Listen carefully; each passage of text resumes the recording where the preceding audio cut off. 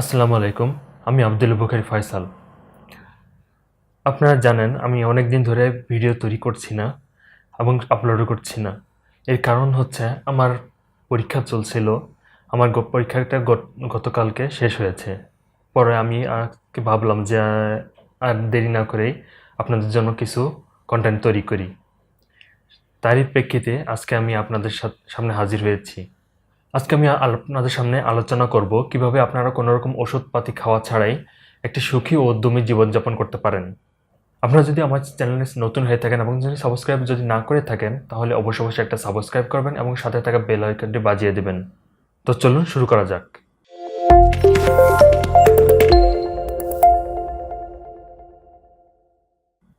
আমরা প্রত্যেকেই আবেগ ও উদ্দীপনায় ভরপুর একটি সুখী জীবনযাপন কাটাতে চাই, কোনো রকম ওষুধপাতি খাওয়া ছাড়াই।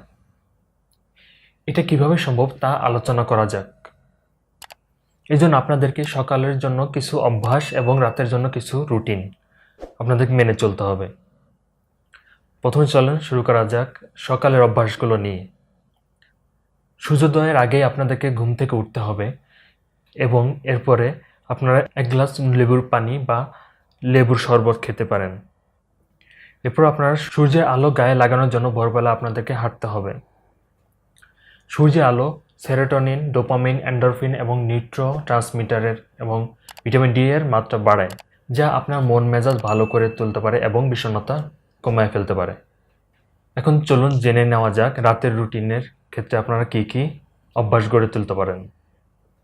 রাতে ঘুমানোর 1 ঘন্টা আগে রাতের খাবার সেরে ফেলার চেষ্টা করুন। তাড়াতাড়ি ঘুমানোর অভ্যাস তৈরি করুন।